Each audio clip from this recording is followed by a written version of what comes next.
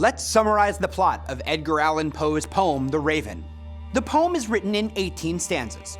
The speaker of the poem reads over old books on a dreary night to ease his sadness over the death of his beloved Lenore. He falls asleep. He awakens when he hears a knock at the door.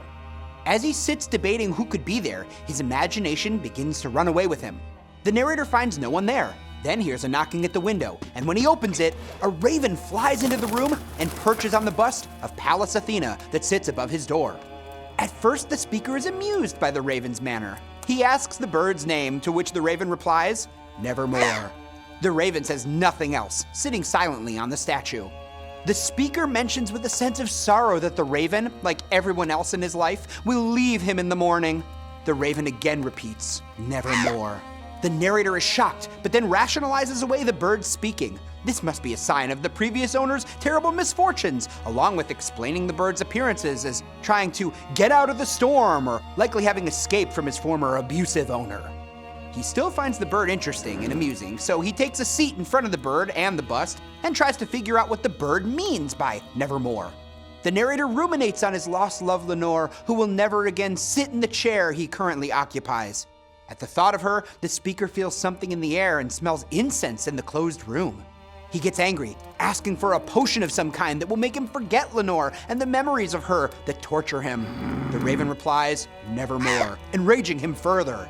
The bird's singular answers push the narrator toward madness. The speaker calls the bird a prophet, but whether for good or evil, he isn't quite sure. And he asks the bird if he has any hope of reuniting with Lenore in heaven. The raven replies with the same answer as always, driving the speaker into further fits of rage. In one of these fits, he orders the raven to leave him in his loneliness and despair. The raven again says, Nevermore. The final stanza sees the raven still sitting in the chamber, perched on the bust of Pallas Athena. The speaker has succumbed fully to his despair. He is engulfed in the raven's shadow forever, ending the morose but eloquent poem on a doomed and hopeless note. There are three key characters in Edgar Allan Poe's poem, The Raven.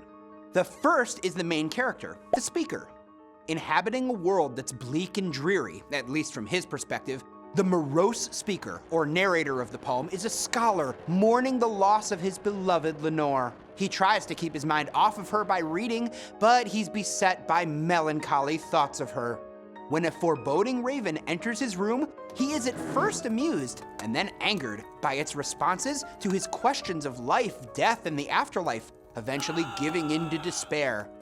Another important character in The Raven is, well, the raven. The raven says only one word, Nevermore, that the speaker interprets in different ways to answer his own questions. From its fixed position atop a bust of the Greek god Pallas Athena, above the speaker's chamber door, the bird serves as a device to explore the speaker's grief. Consider how little the symbolic pitch-black bird actually does. Its mere presence is enough to act as a catalyst to the narrator's surrender to his fixated, overwhelming thoughts of grief. The poem's final character is Lenore. Lenore is a young woman the narrator is grieving. She is recalled fondly by the narrator, but she is but a memory, and an important one, driving the speaker's emotional, eloquent, maddening poetic voice. When the speaker of the poem refers to her as his lost Lenore, he means that Lenore was romantically involved with him, but is now tragically dead. The speaker lionized her, cherishing her memory as he refers to her as a rare and radiant maiden. There are a few central symbols in the poem The Raven, and the first is the raven itself. Edgar Allan Poe wrote in his essay, The Philosophy of Composition, that the raven is the primary symbol in his poem. Ravens were often viewed as harbingers of death, evil, and the supernatural. The speaker is lost in grieving remembrance of Lenore when the raven appears, and he supposes the bird is a symbolic messenger from the afterlife on behalf of his lost love. Ravens were viewed as messengers, especially in Norse mythology, where two ravens that served Odin, the father of the Nordic gods, were called Thought and Memory.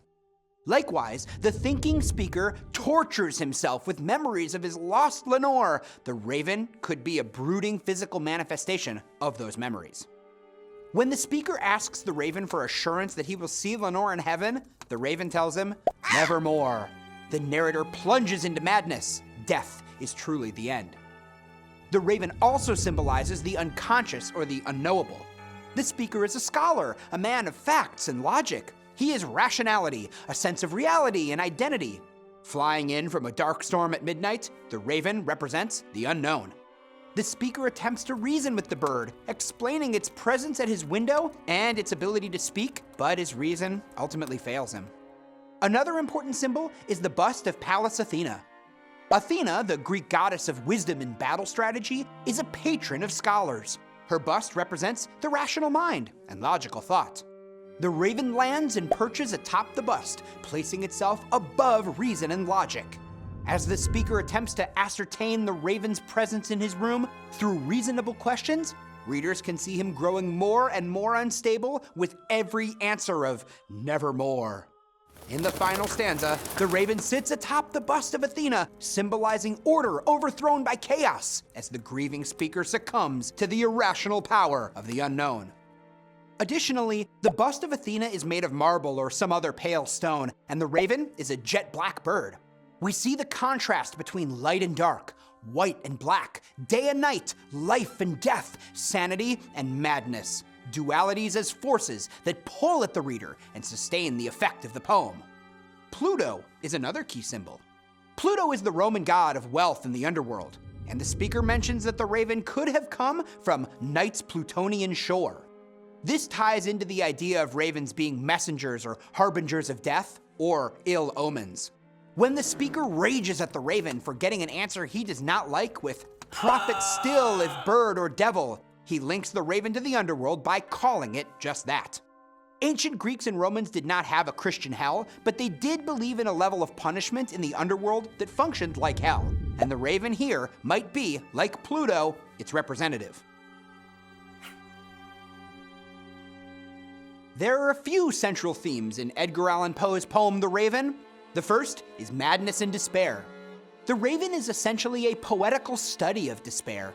As the poem progresses, the narrator veers further and further away from rational thought.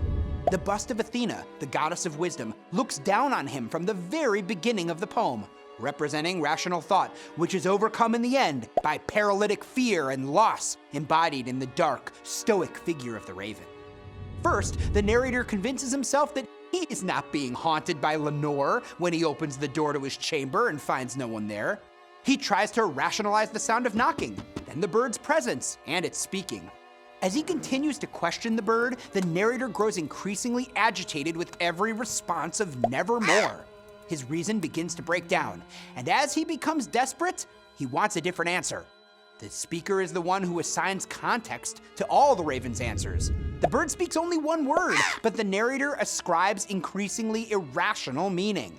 Once his hopes are dashed by the raven's final "Nevermore," he succumbs to his unhinged despair as grief has turned to madness. Another important theme is that of death and the afterlife. The speaker in The Raven sits alone in his room, a room and a chair where his beloved Lenore once sat, and he's engulfed in memories, finding solace in remembering and reading. He pores over forgotten lore as a way to bring Lenore back from the dead in memory, attempting to stave off the pain of Lenore's loss through study. When the narrator evokes night's Plutonian shore, he equates the raven's presence with death, as Pluto was Roman god of the underworld, an overseer of the afterlife. Associating the raven with Pluto suggests that the bird brings a message from beyond, as ravens were often used as messengers. Will he be reunited with Lenore in the afterlife? Yet another key theme in the poem is loss and grief. Thoughts on the speaker's lost Lenore consume him, and scholars have drawn parallels between the speaker and Poe himself, who also lost his wife at a young age. The poem's staying power may speak to the tragic, universal experience of losing a loved one. When the speaker asks the raven if there's any hope he might be reunited with Lenore after his own death, his simmering reactions of outrage and anger reflect common feelings of anger and grief at being denied what is most desired.